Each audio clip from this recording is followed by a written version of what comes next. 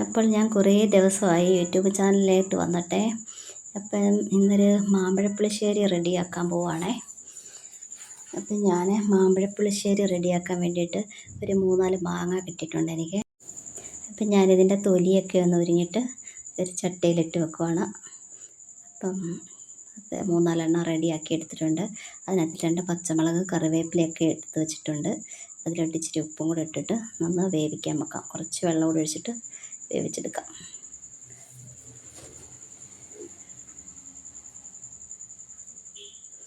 അങ്ങനെ അത് വേഗം വെച്ചിട്ടുണ്ടായിരുന്നേ. അപ്പോൾ അത് തിളച്ച് വന്നിട്ടുണ്ട്.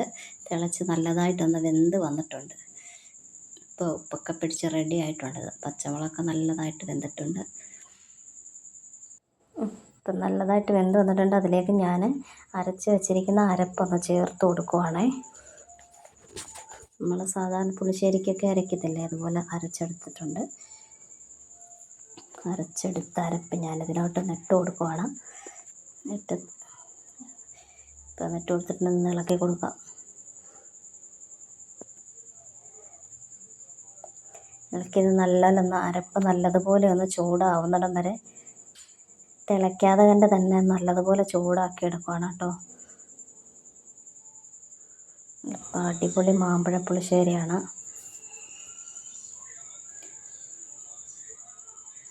നല്ലപോലെ ഇതൊന്ന് ചൂടായി വന്നിട്ടുണ്ട്.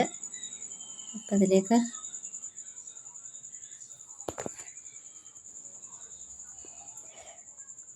അങ്ങനെ എൻ്റെ ഈ വർഷത്തെ മാമ്പഴപ്പുളിശ്ശേരി റെഡി ആവുന്നുണ്ട്. അങ്ങനെ ഇതിലിട്ട് ഉപ്പ് കുറച്ച് കുറവുണ്ട്. അപ്പം ഞാൻ കുറച്ച് ഉപ്പ് കൂടി ഇട്ട് കൊടുക്കുവാണേ. കുറച്ച് ഉപ്പ് കൂടി ഇട്ട് കൊടുത്തിട്ടുണ്ട്. ഇനി അതൊന്ന് നല്ലതുപോലെ ഒന്ന് ഇളക്കിയെടുക്കാം. ഇപ്പം തൈരൊക്കെ ഒഴിക്കുമ്പോഴത്തേക്കിന് കുറച്ച് ഉപ്പ് എന്തായാലും കൂടുതൽ വേണം. അതുകൊണ്ട് കുറച്ച് ഉപ്പും കൂടെ ഞാൻ ചേർത്ത് കൊടുത്തിട്ടുണ്ട്. അപ്പം അരപ്പ് നല്ലതായിട്ട് ചൂടായി വന്നിട്ടുണ്ട് കേട്ടോ. അപ്പം അതിലേക്ക് ഞാൻ കുറച്ച് തൈര് എടുത്ത് വെച്ചിട്ടുണ്ടായിരുന്നേ. അപ്പം അതിലേക്ക് കുറച്ച് തൈര് കൂടി ഒന്ന് ഒഴിച്ചു കൊടുക്കാം. കട്ട തൈര് എടുത്ത് വെച്ചിട്ടുണ്ടായിരുന്നു. അപ്പം അതുകൂടി ഇതിലോട്ടൊന്ന് ഒഴിച്ചു കൊടുക്കുവാണ്.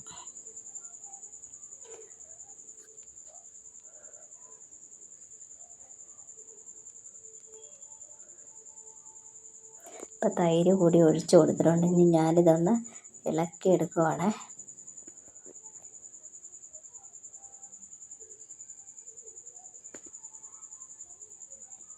അപ്പം ഞാൻ തൈര് കൂടി ഒഴിച്ചു കൊടുത്തിട്ട് നല്ലതായിട്ടൊന്ന് ഇളക്കിയെടുക്കുന്നുണ്ട്. ഇതുകൂടെ ചെറുതായിട്ടൊന്ന് ചൂടായി വരട്ടെ. ചൂടായി വരുന്നിടം വരെ ഒന്ന് പതുക്കെ ഒന്ന് ഇളക്കി കൊടുക്കാം.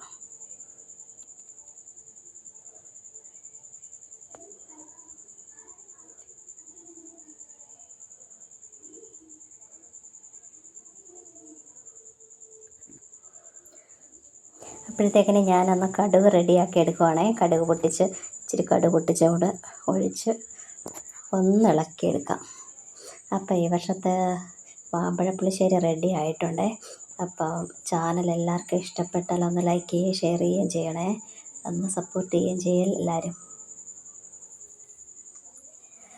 അപ്പോൾ ഈ വർഷത്തെ എൻ്റെ മാമ്പഴപ്പുളിശ്ശേരി റെഡി ആയിട്ടുണ്ട് കേട്ടോ.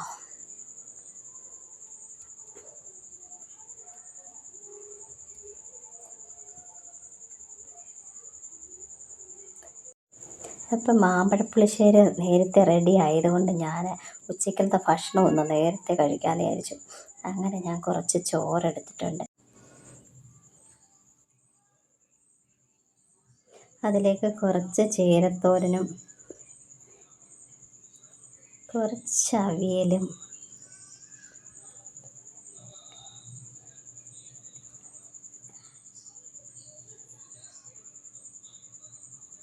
പിന്നെ നമ്മുടെ മാമ്പഴപ്പുളിശ്ശേരിയൊക്കെ കൂട്ടി ഇച്ചിരി ചോറ് കഴിക്കാമെന്ന് വിചാരിച്ചു.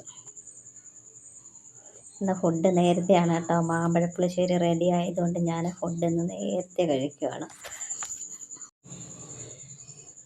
അപ്പം അതിലേക്കൊരു ഇച്ചിരി അച്ചാറോട് എടുക്കുവാണ് ഞാൻ.